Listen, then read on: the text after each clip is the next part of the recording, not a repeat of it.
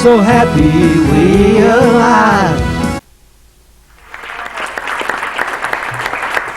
So, but where we're at now as a campaign, I have to say that we are going to be sitting down with our consultants that have a lot of experience in Washington, and we're going to see just how far we can push the issue. I think we're going to be farther.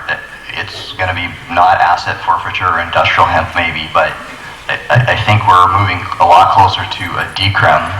But Bill would probably be happy to know you could fairly safely say we are formally known as the Campaign to Tax and Regulate Marijuana. But if we go by your definition of legalization, and if you say possession only, no arrests for possession of marijuana, I think at a minimum, that's what we're going to do in Washington State this year.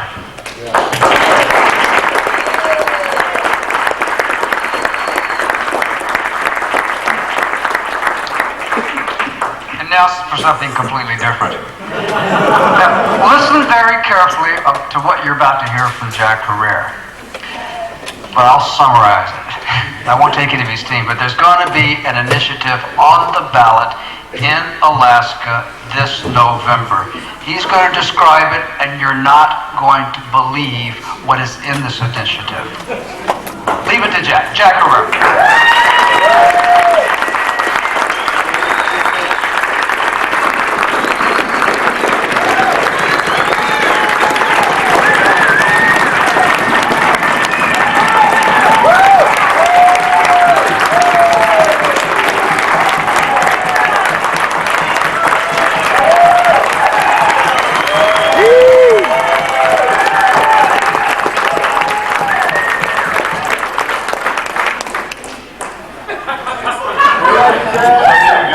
With me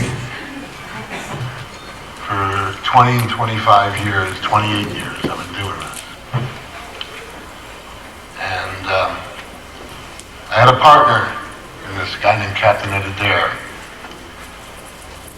And one night in 1974 or 5,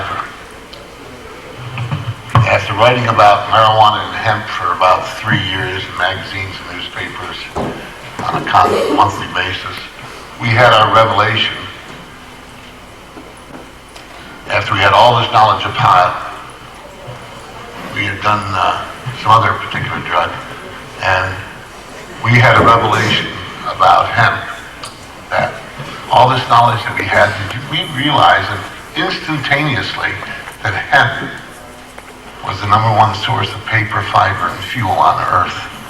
And we've been writing about it for a few years, so we thought we were just stoned on acid and we were going to come down.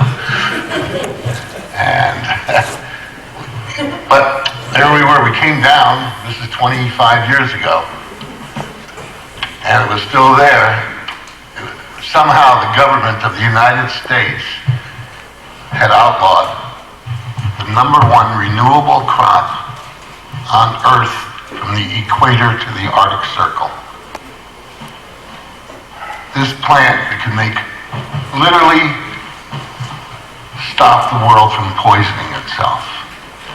It was greater than all the other plants on Earth put together by many, many, many times for paper, for fiber, for fuel.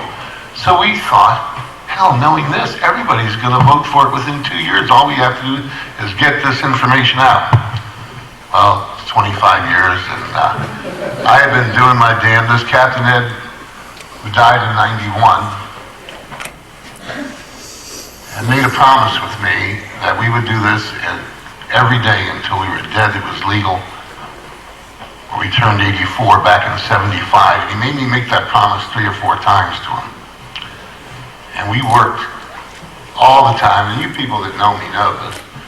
We worked all the time to legalize pot every way we possibly could or had the finances to do since the first day, and we've been out getting this information out that we had found out that marijuana was this great thing.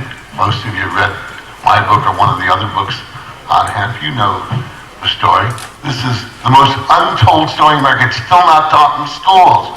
80% of all paper, fiber, and fuel was made from hemp until 100, 200 years ago, and not a word to us in school. And that's our fault, because we should be out there yelling, telling, and teaching these people. Well, we got a call. We got a call from Alaska. Now, I've been active in every petition that I could be active in. And Dennis Perone asked me to act on his. I asked him why the other people in California were not helping him with his medical initiative. And he said it's too far out. They want a very constricted, very constrained initiative. His is too open. Where the California initiative that Dennis wrote and was put on the ballot made it legal for just about anybody with stress, with cancer chemotherapy, with high blood pressure, to multiple sclerosis. From virtually any reason, if you've got PMS, you got something, you can go to a doctor in California and get a note that he'll follow you, and you will be able to use the safest therapeutically active substance known to mankind, marijuana. I don't see any reason to have a bunch of laws between the people and the safest substance known to mankind. The safest therapeutic active substance. You can't overdose on it. There's nothing else on earth you can't overdose, not even water.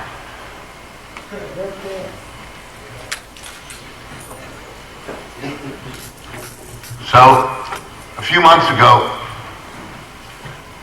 in November, we got a call from Alaska to say, hey, we've called Normal, we called High Times, we called Mr. Zimmerman's outfit, Californians for medical and rights. And he said, would you guys be interested in giving me some money? I think it'll cost me about $11,000, maybe 15. And, well, I had $35,000 in the bank.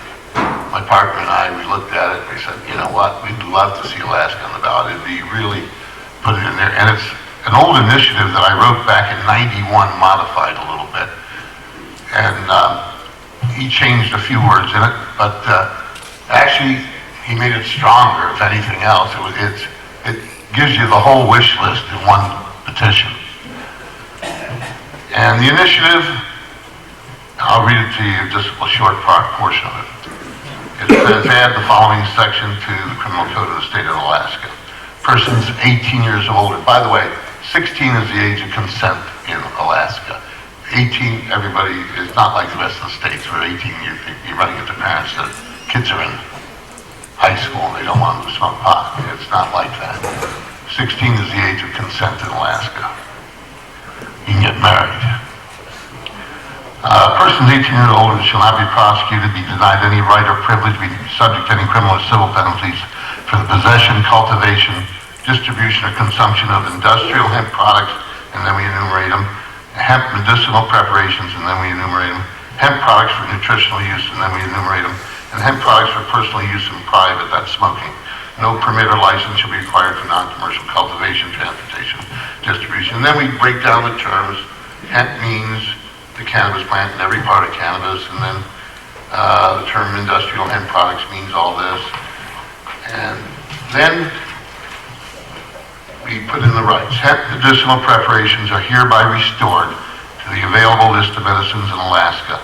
Licensed physicians shall not be penalized for, restricted from, prescribing hemp preparations for medical purposes to patients of any age. Hemp intoxicating products shall be regulated in a manner similar manner to alcoholic beverages for the purpose of distinguishing personal versus commercial production. 1/2 ounce of cured hemp flowers and leaves shall be considered equivalent to 1 gallon of dry wine. And it was 200 gallons of dry wine was the legal limit in California.